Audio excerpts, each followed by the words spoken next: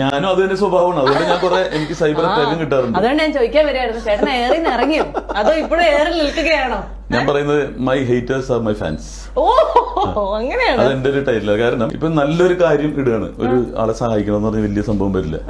ഞാനൊരു ഇത്തിരി പ്രശ്നമുള്ള സാധനം, അതായത് തെറ്റിച്ചിട്ടാ മതി, മലയാളം തെറ്റിച്ചിട്ടുണ്ടെങ്കിൽ എന്നിട്ട് ഞാൻ എന്റെ സുഹൃത്തുക്കളായിട്ടിരിക്കും, ഇപ്പൊ കണ്ടോന്നിരിക്കും, ഭയങ്കരമായിരിക്കും ഇവന് മലയാളം അറിഞ്ഞൂടെ മറ്റൊന്ന് അറപ്പം അങ്ങോട്ട് വരും. അപ്പൊ അവര് വെയിറ്റ് ചെയ്യണം ഞാൻ എന്താ ചെയ്യണമെന്ന് അറിയാം. അപ്പൊ എന്നെ ഇഷ്ടമുള്ളവരെക്കാൾ കൂടുതൽ എന്നെ ഇഷ്ടപ്പെടുന്നത് അവരാണ്. അപ്പൊ നിരീക്ഷിച്ചുകൊണ്ടേയിരിക്കുന്നല്ലേ. അപ്പൊ എന്ന് പറഞ്ഞാൽ അവര് എന്നെ ശിക്ഷിച്ച് അവരെന്റെ ഇഷ്ടമുള്ളവരായി മാറും. ഏതെങ്കിലും ഒരു കാലഘട്ടത്തിൽ ഉറപ്പായിട്ടും മാറും. കാരണം ഞാൻ എന്താണെന്ന് മനസ്സിലാക്കി കഴിയുമ്പോ അവര് മനസ്സിലാക്കും. കാരണം ജീവിതത്തിൽ ആരെയും ഞാൻ ഉപദ്രവിച്ചിട്ടില്ല. അല്ല സത്യം, ഞാൻ ചേട്ടനോട് ചോദിക്കട്ടെ, ഇത് മനഃപൂർവ്വം ചെയ്യുന്നതാണോ? ഇങ്ങനെ ഓൺലൈൻ മീഡിയയിൽ നിറഞ്ഞു നിൽക്കാൻ വേണ്ടിട്ട് മനഃപൂർവ്വം ചെയ്യണാണോ?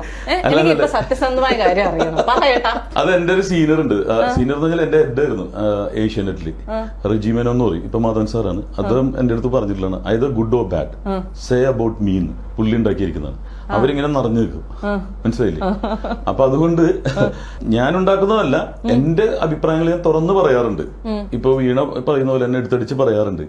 പക്ഷെ എനിക്ക് കിട്ടാറുണ്ട്, ആവശ്യത്തിന് വാങ്ങിച്ചിട്ടൊക്കെയാണ് ഞാൻ ഇങ്ങനെ ഇരിക്കുന്നത്. അപ്പൊ നമ്മൾ ഭയങ്കര സ്ട്രോങ് ആവും. ഞാൻ തന്നെ എന്നോട് കുറിച്ച് പറയുന്നത് ഞാൻ പോത്തിന്റെ തൊലിക്കട്ടിയാണെന്ന്, അങ്ങനെ ഒന്നും പോകത്തില്ല. പക്ഷെ ഞാൻ പറയട്ടെ, ഞാൻ എന്നെ വീണ്ടും സ്ട്രോങ് ആക്കിക്കൊണ്ടിരിക്കുകയാണ്. കാരണം നമ്മളൊരു ലക്ഷ്യത്തിലെത്തണമെങ്കിൽ ഇത് ഈ അമ്പുകൾ ഏറ്റുവാങ്ങണം. ഒന്നും വേണ്ട, ഇപ്പൊ യേശുക്രിസ്തു ഇത്രയും നല്ലത് ചെയ്തിട്ട് കുരിശി തൂക്കിയാണ് മരിച്ചത്. സെബസ്ത്യാനോസ് കൊണ്ടിയുള്ള അമ്പ് ചെയ്താണ്. ഞാനിപ്പോ ചെറുപ്പത്തിലെ കാറ്റീസൊക്കെ പഠിച്ചുകൊണ്ട് കണ്ടിട്ട് ഒരാളെ കല്ലെറിഞ്ഞു കൊന്നിട്ടുണ്ട്. മഹാത്മാഗാന്ധിനെ വെടിവെച്ച് പോകുന്നത്. ചെഗുവേര വളരെ ഭീകരമായിട്ടാണ് മരിച്ചത്. അപ്പോ അവരൊക്കെ നല്ലത് ചെയ്തിട്ടും അവർക്കുണ്ടായ അനുഭവമാണ്. നമ്മളൊന്നും അതിന്റെ പകുതി പോലും ചെയ്യുന്നില്ല. അപ്പൊ അത്രയും വലിയ ഭീകരമരണം ഉണ്ടാവില്ല. അല്ല സത്യമായിട്ട് ചേട്ടൻ ഇങ്ങനെ ഞാൻ എയറിലാണ് എന്ന് മനസ്സിലാക്കിയായിരുന്നു, എനിക്ക് അത്ര അറിഞ്ഞാൽ മതി.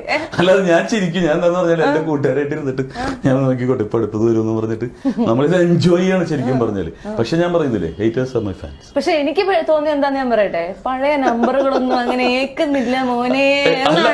മിമിക്രി എനിക്കിനി ചെയ്ത് തെളിയിക്കേണ്ട ആവശ്യമില്ല. കാരണം ദൈവാനുഗ്രഹം കൊണ്ട് ഞാൻ ഇന്നലെ ഒരു ബ്ലൈൻഡ് സ്കൂളിൽ പോയിരുന്നു, കീഴ്മാട് ആലുവയിലാണ്. ഇടയ്ക്ക് ഇങ്ങനെ നമ്മൾ വർഷത്തിൽ ഒരിക്കലും ഒരു ക്യാൻസർ വാർഡോ ബ്ലൈൻഡ് സ്കൂളോ സന്ദർശിച്ചാൽ നമുക്ക് അഹങ്കാരം ഉണ്ടാവില്ല, ഇത്രയേ ഉള്ളൂ എന്നുള്ളത്. അപ്പൊ ബ്ലൈൻഡ് കൊച്ചു കുഞ്ഞുങ്ങളാണ്. അപ്പൊ അവരെ കണ്ടു കഴിഞ്ഞപ്പോ ഞാൻ ഓർക്കണം, എനിക്ക് ദൈവം 2 കണ്ണ് തന്നിട്ടുണ്ട്, ഒരു 8 പാസ്പോർട്ട് കിട്ടിയിട്ടുണ്ട്. 8 പാസ്പോർട്ട് ഉണ്ട്. അത് എനിക്ക് സ്ഥലങ്ങൾ കാണാൻ ആഗ്രഹമുണ്ട്. അപ്പോ എന്നെ മിമിക്രി എന്ന കലയിൽ കൊണ്ടുവന്ന് യൂണിവേഴ്സിറ്റി യൂത്ത് ഫെസ്റ്റിവലിൽ വിന്നറായി അറിയാതെ, എന്റെ വീട്ടിലൊരു കുടുംബ പാരമ്പര്യം ഒന്നുമില്ല കേട്ടോ സിനിമയുടെ. പിന്നെ അറിയാതെ ഞാൻ ട്രൂപ്പുകളിലേക്ക് വന്നു.